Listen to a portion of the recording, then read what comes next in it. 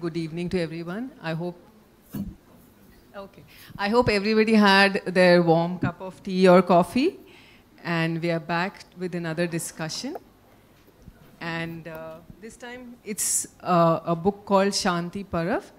I hope a lot of you have read the book in the audience. If not, I will give a brief little bit of description about the book here before we begin the discussion. And we are also joined by the translator, Ms. Neeti Singh, online with us. Hello. Hi. And before I begin, I see a lot of people have read or not read the book. I will just briefly describe the book, which is Shanti Parv. Shanti Parv is actually the 12th book of the Mahabharata. It's a treatise on peace, the ideals of statehood and peaceful governance. But Desraj Kali's Shanti Parv, in contrast, brilliantly parodies the peace claims of its source text and provides a radical Dalit response from the margins of history to these justifications of the ruling elite. Through gentle interrogation, subversive literary technique, and fragments of alternate history. And what really pulled me towards the book was, first of all, Neeti, your translation. And first, being a Punjabi myself who reads and writes Punjabi, I could actually taste the flavor of the Punjabiyat and the colorful words that you used in the translation of the book. I think you brought the flavor in very, very well. I would ask Mr. Sanjeev Chopra. You know, I think what we'll do is we may first request Dr. Neeti Singh. Okay. She can talk to us about the book, and because I've already been in conversation with her at Baroda, that's her hometown. Okay. And, you know, so maybe after that, Dr. Kamble can join in, and we'll move on. So Sure. I think first, Dr. Neeti Singh on why she chose this particular text to translate, because she's been translating basically spiritual poetry. So from spiritual poetry of you know, Baba Nanak and the others, to move on to a text which is so very different, which also shows the range of diversity, because once you are, you know, and I think it's very important to break out of a particular mold, you know, to break out of the mold of translating one kind of verses, one kind of thing, to something which one does not want to use the word subversive, but is actually a very different kind of a text. So we could also perhaps tell us about your journey into translation and why you chose to translate Desraj Kali, who incidentally happens to be from Jalandhar, where I also come from, and I'm sure you also have some links there. So it's a Punjab session in Hyderabad, Yes. and I'm glad that Rahul is here to break the Punjabi majority. sort of domination here. So over to you, Dr. Neeti Singh. Thank you, Sanjeev ji. Thank you, Ms. Sani. And a very warm namaste to all of you from Sacramento, where I'm sitting, and it's 3:45 in the morning. Thank you, first of all, First, for thank you. shortlisting. So a round of applause for her. 3:45 a.m. You know, it's really credible. You know. And actually, let me add that my children have been sitting up and they've just gone to sleep. They were sitting up, hanging out to be with mom and sort of support her, you know. So I told them, well, I'll show you the recording. You better go and sleep. So we all have not slept all night. But that is a part of the excitement, I guess, you know. Yeah. So Sanjeev ji, Dr. Chopra, addressing your query on why I took this work up, and also talking about the work itself. So, well, as we discussed to some extent in Baroda also, this book chose me, and first, and then I chose it. And we were in, you know, a very senior colleague of mine, Professor Rajkumar Hans, was attending a seminar and presenting a paper in France, in Montpellier University. And he read a paper on Desraj Kali's Punjabi novel, Shanti Parav. The novel, as we can see, is a namesake of uh, of the 12th book, also titled Shanti Parva in the Mahabharata, which literally translates as treatise on peace. And after a long discussion, somebody challenged him. If you are singing such high praises of this work, why has it not been translated so far into English? And do you have someone in mind? And he said, yes, I have someone in mind. And then, to cut a long story short, I received the Punjabi version of the novel from Desraj Kali, uh, and I started reading it. And yes, it was it was a space of discomfort for me, in the sense that it was not poetry that I was used to translating thus far, nor was it about art, literature, and social issues, because that has been my forte, and spirituality, of course. But it was about politics, and finance and economy, and federal systems and violence, and terrorism and counter-terrorism, issues that are not close to my heart. But then it is not just about that. There are those 16 stories which kind of bubble their way through the entire text in the upper half of the book, which are full of bathos, highly caricatured stories, stories which speak very well to literary theories propagated by, say, Mikhail Bakhtin, Roland Barthes, who talk about the writerly text, and Mikhail Bakhtin's idea of the polyphonic dialogic text. And putting aside poetry and prose, the kind of jugalbandi, or the antagonism between the competition that exists between poetry and prose, I am thoroughly a literature person, and there is a certain madness in this book. And madness always, in my, after having lived life for this long, and in a deeper sense, I have come to the realization that madness actually is a symbol of divinity. The divine is also irrational and rational. It's a hunky-dory, carnivalesque space. The term, again, carnivalesque, comes from Mikhail Bakhtin's work, Rabelais and His World. Rabelais is a novelist, and Bakhtin, wrote this entire work based on Rabelais's fiction. So the whole idea of madness, the whole idea of catharsis, and this is an amazing work. So as a person who has one foot in literature and one foot in literary theory and interdisciplinarity, I immediately recognize the greatness of this work.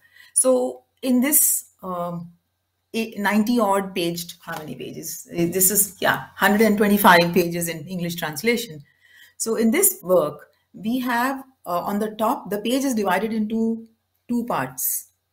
And on top run stories, fiction, 16 stories based in a Dalit locality in a mohalla in Jalandhar. And at the bottom are expository, I wouldn't say monologues, because they're too long to be a monologue. So expository discourses rendered by three Dalit leaders, a poet, a comrade, and a professor. And these talk about the history of violence. They trace the trajectory of terrorism and counter-terrorism. They trace the author defines terrorism, and he says terrorism existed since Adam Baba ka zamana, because the term might have been coined, more recently, but terrorism in its various forms has always been around, and the state, monarchy, the power, the centralized power has always been always been a conspiring The state has existed because there presence. is power, right? The central theme Yes, being and that then the state is yes, not an ethical state. The point which is being made is that the state has never been ethical. The state has existed because there is danda. And that's the point which the Dalit protagonists make, that, you know, for all the Shanti Parv, for all the lecture which Bhishma gave, at the end of the day, it was danda, it was force, you know, which is what led to the state being there. Thank you, Niti, and I think we'll request, it's your prerogative, but I think let Dr. Rahul Kamble pose a few questions to you, because we'll go on and on and on. I must, before, you know, the problem is if you have a mic in your hand, you feel like Mike Tyson. So, well two said, things. sir. One is, Yeah. you know, that this is a very interesting way of putting the thing. So, on top of the book, there is one narrative, and below there is another narrative. And I must share that, you know, there was yet another very interesting book which won the first prize last year for literature. That was The Radiance of a Thousand Suns, you know, which by Manrit Sodhi Someshwar, in which she has one text of the Mahabharata on the left-hand side and the story running on the right-hand side. And one set of stories is in the Roman, I mean, the numbering is done in Roman, and on the right side of the page it is done in the Arabic numeral. So these are very interesting formats in which literature is now being written. But over to you, Dr. Kamble. Thank you. And now I'm switching off my mic. I would have been glad you continued. You had a nice sense. Actually, I wanted to say something about value of words also when I was sitting on that side. And it was very heartening to see the screen, TV screens, on which you have discussions about books, words, narratives, characters.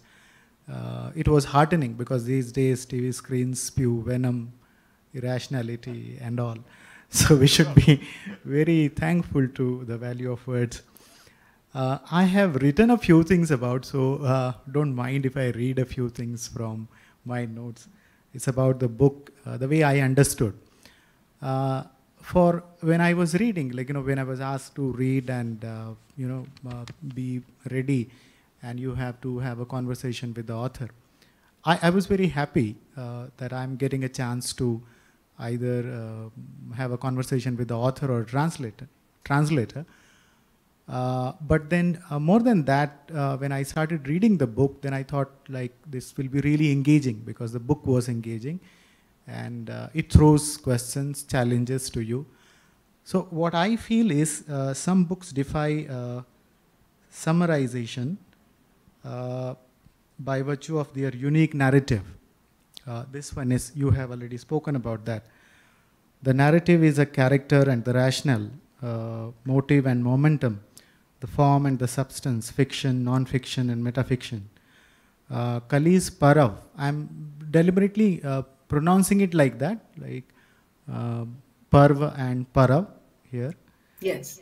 As I understood, is subversion, commentary on the erosion of righteousness in political discourse, and an opportunity to be wise, at least for a fraction of time we live while reading the book. Because I can't claim that after reading the book I will be really wise and all, but at least by the time I'm reading, I feel like I'm doing a genuine act, a sensible act, which we all are doing right now. Coming upon the, to the undertext, sometimes I feel that's the most, even if or in the introduction also you have mentioned about it is a kind of a prattle, something which reminds me in Waiting for Godot, Lucky's speech, it appears to be prattle and all. But that's the most rational, reasonable, and that is put down, like it's not up, but it is down. So the reason is actually down and the chaos is up. So we mostly go by the chaos and we don't try actually to go to the reason and all.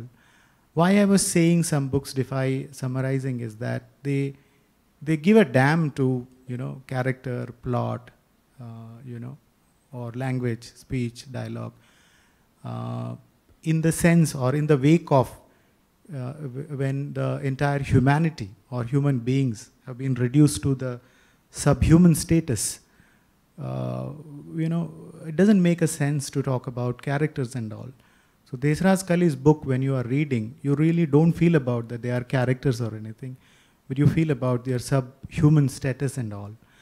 I'll come to a few questions.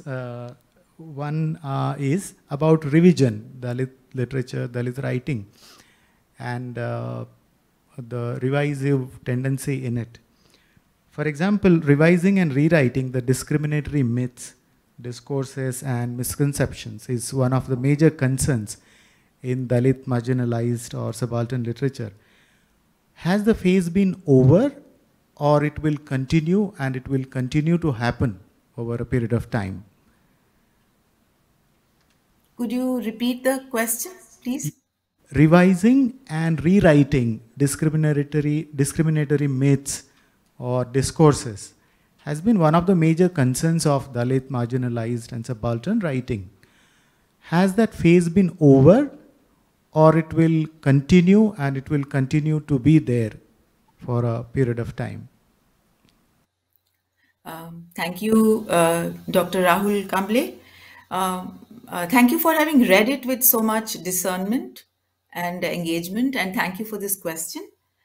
As per my understanding, the process has just begun, and the curve is perhaps inching towards towards a climax.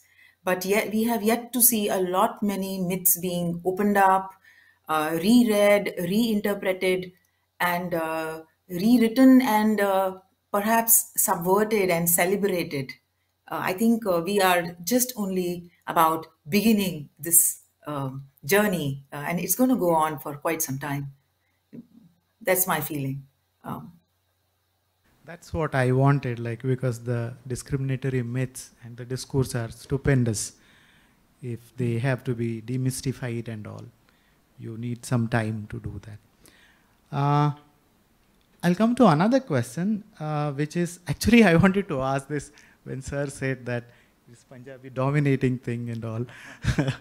I actually wanted to begin with that the kind of Punjab we know, non-Punjabis, is one Bhangra, food, right? And on, yeah, and on YouTube, after every break you have a Punjabi song, which is a guy coming out. So I actually wanted to ask, what kind of Punjab is in the book? I am so glad that you have asked this question.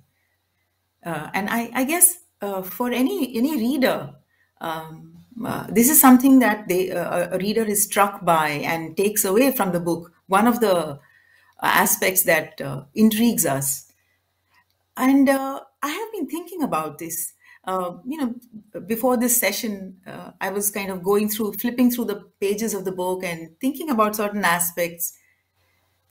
And it is very anti-stereotypical. Gender. It is, gender stereotype is pretty much subverted in Desraj Kali's Shanti Parav. And you have, the protagonist, when he comes away from his father's house after his brother has registered a land, purchased and registered land in his name, and the father is all supportive of his elder brother. But the father seems to be very caustic and very mean towards the protagonist. And the protagonist returns home. His wife has gone to sleep, so he quietly steals his way up to the library, and he spends the entire night sobbing convulsively. This is a very typical image that we associate with a woman. Then he mentions, for example, the book is full of a lot many examples. Another example that I'll quote is, when he's talking about one of his cousins, and he says, the cousin was very fond of red nail paint and the hookah. Now the hookah is kind of bisexual, but or unisexual sort of. We probably don't associate any gender with the hookah, but red nail paint. So a lot of gender stereotypes are broken in this Dalit world, and there is and the women very often in this Dalit world, if you notice, are aggressive, they are more assertive than the men. And if you look at the protagonist himself, and why did I take a deep look at the protagonist? Because the author somewhere in this novel says that, what is at the center of the soul of my characters? You will know when you read the text, the discourse that is in the underbelly of the novel, that is in the lower half of the novel. And I got thinking about this. So, what do we have? We have Dalits who are, at least 90% of them are illiterate. They are severely impoverished. There is also the author talks about fear. The protagonist speaks about fear. What is this fear that haunts me and hounds me at every corner? What is it that makes me go silent when somebody snubs me? So what is this? This is a lack of power. This is this is a sense of powerlessness and a fear of being empowered and being abused and exploited that seems to simmer through several other characters as well in this novel. So coming down to, the whole idea of what kind of a world do we find here? We find a world where people seem to live in a kind of a hell. We find a world that we probably, we the educated, the somewhat privileged, do not care to really look into, because it's very inconvenient and it would be very disturbing. But this world has existed in the back lanes of our society. And Kali has brought it to the fore, and he has brought it across so beautifully. And it's a powerful postmodernist work of fiction that can also be called an anti-novel. And it challenges and it rewrites history, and it kind of provides us the lived experience of the have-nots. I hope I have answered your question.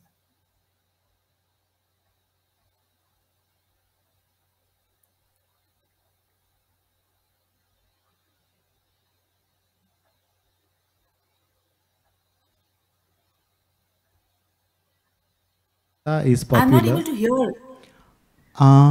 Can you hear me now? Now, yes. Okay. Shanti Parva of Mahabharata is popular, has mass appeal, is emotionalized, systemic, authentic because it has wider acceptance. In contrast to it, Shanti Parv is a critical, rational, and experimental narrative. Do you think the criticality and rationality has to work extra and has to become popular? By popular, I mean the text of the people. Or have we arrived at a stage when the masses, reader and the consumers, have started accepting the rational discourse? Parav over Parva.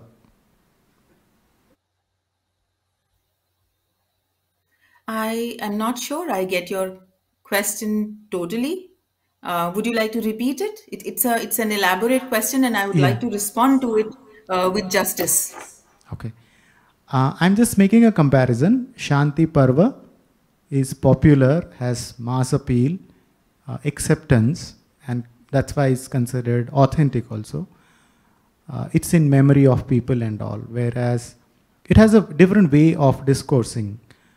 Whereas Parv has been, critical, rational. So I'm just putting these two discourses together, how readers or masses will respond. If I may respond to you with a question, Dr. Kamble, is Shanti Parva popularly read? I wonder. Shanti Parva comes towards nearly towards the end of the Mahabharata, and as far as I understand, it is the narrative, the story part of the Mahabharata, which is read more popularly. Correct me if I am wrong. Okay, having said that, the Shanti Parva, as the author has understood it and read it closely, justifies state violence, justifies the punitive measures that a state structure puts in place And it is that with which Shanti Parav takes issue. Shanti Parav has an issue with state engineered violence. And what Kali exposes through this work is to open up um, the whole, what shall I say, the trappings, the linguistic, um, the masks, the linguistic trappings, the masks that that power wears, and the corruption that power is. Power, they say power corrupts. So the kind of corruption that tends to come to infuse structures of power, federal structures. And it is that he kind of unpacks in these three discourses that are there in the underbelly of the novel. Uh,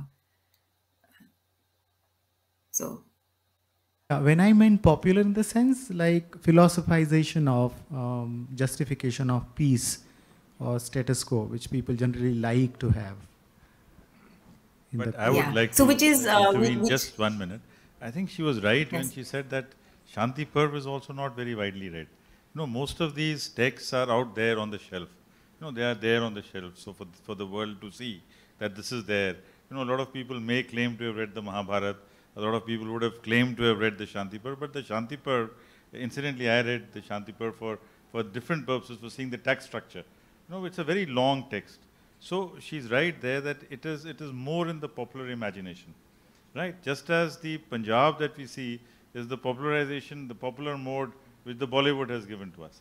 And one more thing, the significance of a deed by a Dalit, that under the Punjab Land Alienation Act of 1910, Dalits were not allowed to register land in their names.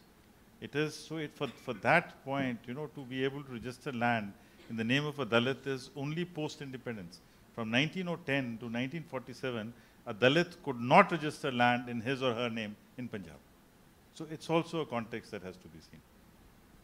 I promised not to speak, but now I'll. No, but your intervention was really welcome, sir. Yeah. And Okay. I think you brought in a very valid narrative to that whole question as well. Thank you. Yes. Yeah.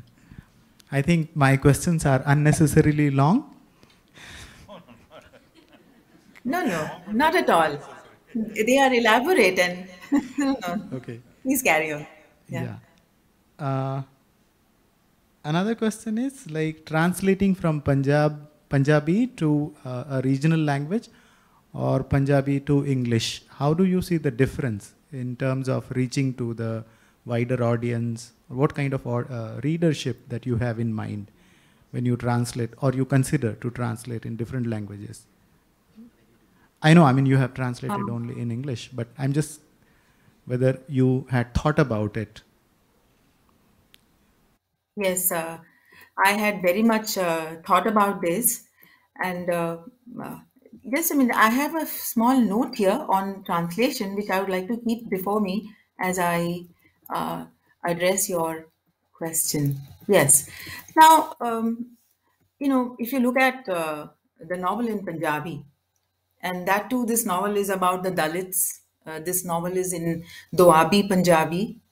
Uh, uh, and so the dialect is more rustic.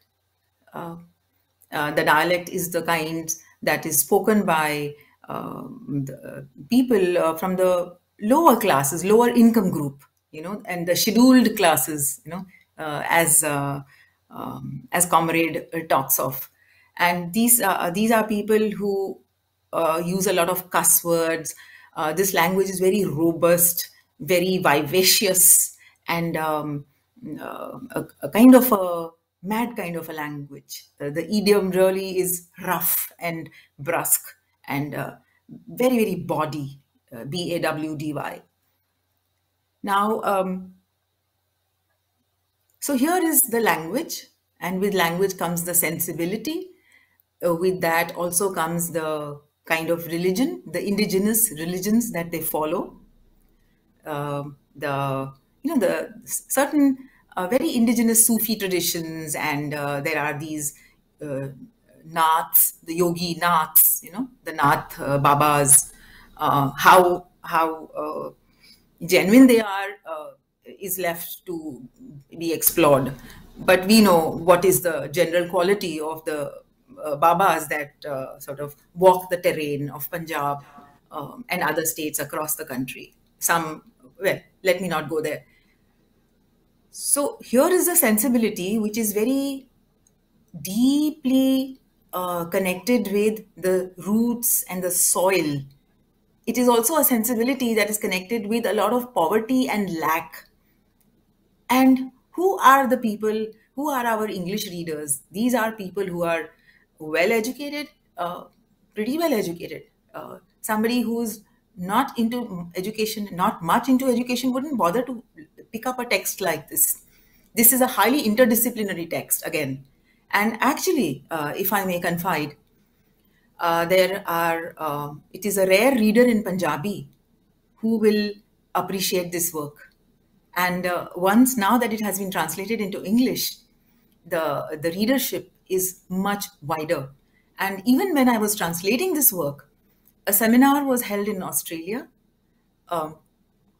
And let me share, when I translated and I was ready with my manuscript, I actually posted it across to France and to England, to our dear friends Nicole and Judith.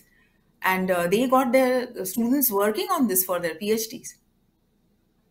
Because I'm not trying to make much of something that because I have translated it, but it is a revolution in terms of literary form. It is also a revolution, maybe a minor revolution in Dalit literatures, but then a Dalit who has been able to perceive certain very complex issues with such discernment and such sharpness. Such kind of a writing is rare to come by. Also, he makes a case for rewriting the history of India from the perspective of a Dalit. And in fact, he has, to some measure, attempted to do just that in this work. And the manner in which he marries, or the manner in which the literature talks to the discourse, that is theoretical, historical, socio-political, and the kind of assonance, the kind of polyphony that is created. It's almost like a dialogue is right there in the book itself. And that opens up so many possibilities that every time I pick this book up, I have to read so much and I have to think so much, because there's so much in this small piece. Sometimes I curse it, Every time I have to speak about it, there is so much to think and consider. Very true. Yes, I think I have answered. I hope I have answered. Yes, absolutely. If I can put in a little bit of my inputs here, I think what you just mentioned in the last sentence here was something I also felt very, very vividly when I was reading the text.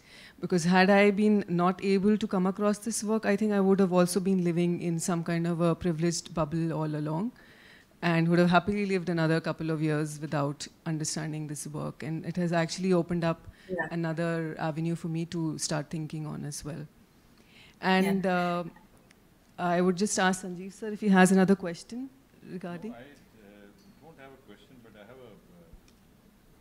have a comment. And that comment is, you see, that English has really contributed to spreading a lot of knowledge about Bhashas of Bharat to the rest of the country.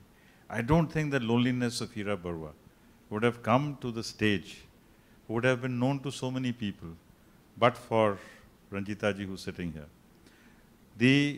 And as Ms. Sahni said, the lives of Dalits in Punjab would not have come to the fore, but for English, which is also an Indian language. So I think it's very important for us to place the significance of translations. It is true that English is a powerful language, it's the language of the elite, but I think it's very important that the elite understands what is happening around the country.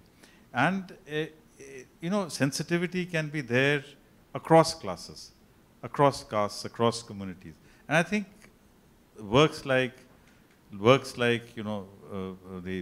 one, Shanti Parv, Loneliness of Hira Barua, they they actually evoke a sense of understanding that what is it, that life is different from what, that there is a life outside our bubble. So I think it's very important. And I'd like to acknowledge here, that my transformation, I mean, I read Untouchable by Mulk Raj Anand when I was about 15 years old. And having lived in a cantonment all my life, I never thought that there's anything like this happening in the outside world. But that Mulk Raj Anand's, Untouchable really changed the way I looked at things. And I think books like Shanti Parv will affect a lot of people who live in cantonments, who live in high rises, who live in Bangalore, who live in Hyderabad, who would not have a chance of going to that Dalit Basti, who would never have a chance of interfacing either in the hamlets of Assam or in the bastis around Ladowali Road. So it's a great contribution. That's a comment. It's not a question, but it's a comment which I wanted to offer before Dr. Kamble takes over again. Another question I have is about the knowing and writing about the Dalit life, and then looking at a text which is also riddlesque in nature. You have, in terms of narrative also. So how do you see there are two riddles. One is the reading about the Dalit life, and then the Dalit life portrayed in a riddlesque manner. So how satisfying it was for you as a translator to look at these two riddles? Could you elaborate on what exactly you mean by the term riddle? What do you have in mind when you say riddle? In terms of narrative, for example, if you see the narrative, you have also mentioned about it. Yes. The way in which, the way in which it is written.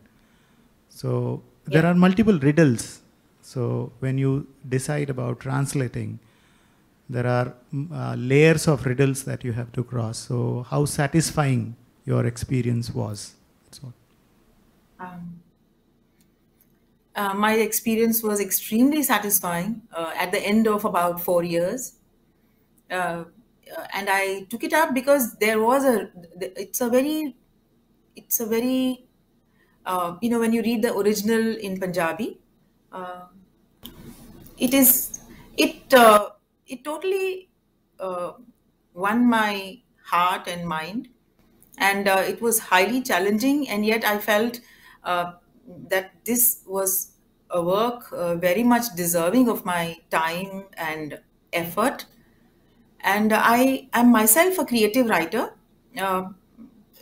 It is another matter that I have been so busy with university that I haven't really been able to work on creative writing, be it poetry or fiction.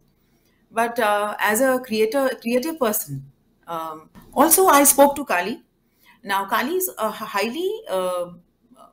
he has a very strong foundation in bhakti, in Sufi and bhakti sensibilities. He would say, Kabir baitha si ji aaj, Kabir was sitting with me for breakfast this morning. The kind of conversation that I would have with Kali were kind of crazy, and I myself am a bit crazy, or you can say divine in my sensibility.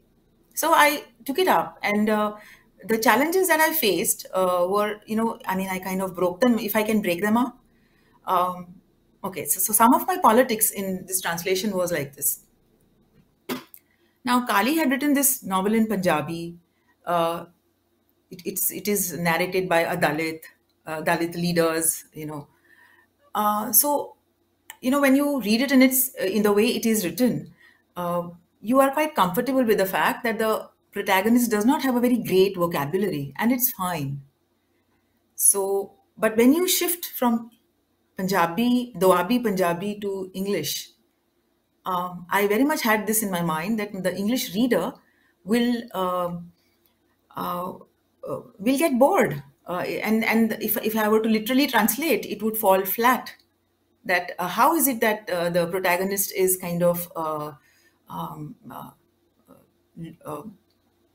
debilitated where vocabulary goes, So I kind of opted for synonyms, for a better vocabulary. So while I use this kind of refinement, I kind of I viciously or very doggedly stuck to trying to preserve the energy and pace of the original Punjabi. So I altered the length and the pace and even the structure of the sentences. I kind of tried to work out a sentence structure which would read reasonably correct to an English reader, to the English ear, and yet it would be able to refashion and bring in the energies of the original as much as possible. I wouldn't say no translation can really do 100% or even 80% justice. That would be a tall order. But that was one attempt. Then alternate expressions were sought. So I kind of looked at rough English, alternate expressions. Sometimes I would even mingle. For example, there is a young girl who starts showering cuss words at her father. The most filthy of abuses and cuss words. So I was really at loggerheads as to what to do with that. So I used capitals to indicate volume and that sense of a punch, the punch with which those cuss words were delivered. I put them across in a kind of a mix. So there were these English cuss words with speckled with a few Punjabi cuss words, some in the normal type and some with capitals. So that kind of helped bring in the energy of the original. Similarly, now I would like to mention two translators who have been. I'm not much into translation theory, and it's only in hindsight. But I would agree with Ivan Zohar's idea of polysystems. So when we translate, it is not just translation of language. We translate an entire culture, and there are layers and layers that need to be translated. So, for example, the pace of words and stuff. Then retaining. Another thing that I was very particular about retaining was the primacy of indigenous myth and idiom in the translated version. So, and also to avoid footnotes, because too many footnotes can become very laborious for the reader. So I have infused new sentences, so in the same medley, as the narrative carries on, new sentences have been refashioned, entered into the main text, explaining the term as if it was part of the text. So that I hope that kind of makes for an easier reading. And so I would say that this kind of writing was rewriting and transcreating at many levels. So infusing and being in fusion with the social levels, the cultural and ideological contexts, also being sensitive to the readership, where it is going, where the text is heading.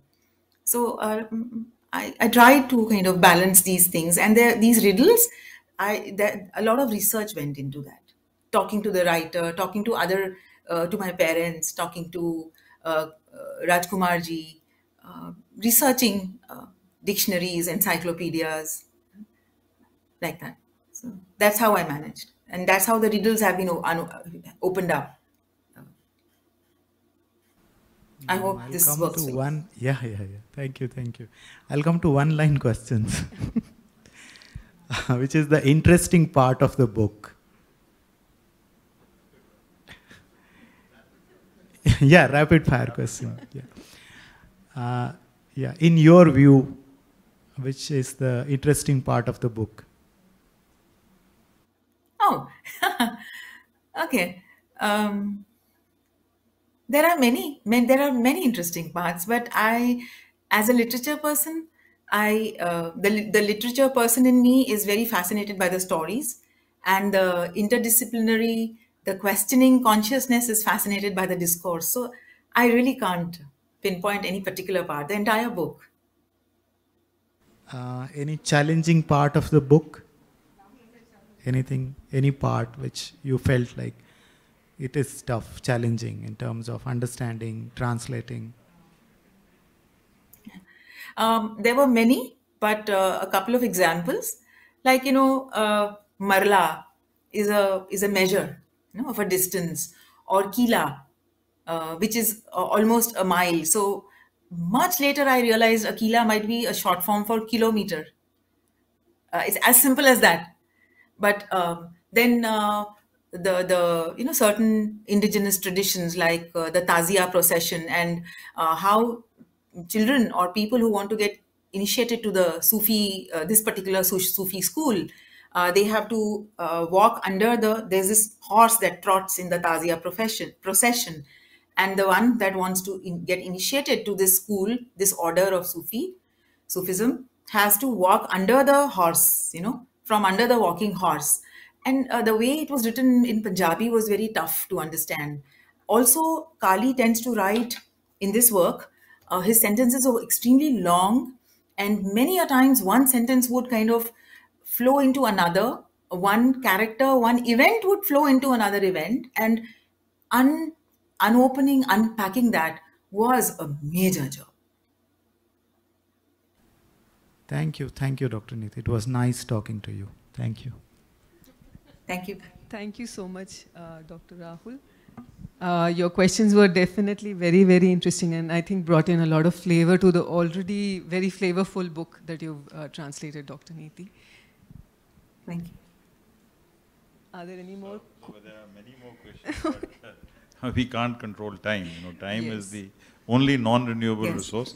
Even though Ajay Mishra is the head of non-renewable energy chapter in Hyderabad, there's nothing that he can do as far as time is concerned. So we'll have to close the session. But as she had mentioned, that is why the translations are called transcreate, because translation is actually a creation. So it's not a literal translation. I mean, the author has to put so much of his or her into the thing, and I think Dr. Neeti Singh has succeeded very well, just as Ranjita Biswas has done very well. So thank you very much, friends. Thank you, Ms. Sani. Thank you, Rahul, for your thing. Thank you. Thank you so much. Thank you, sir. Thank you so much.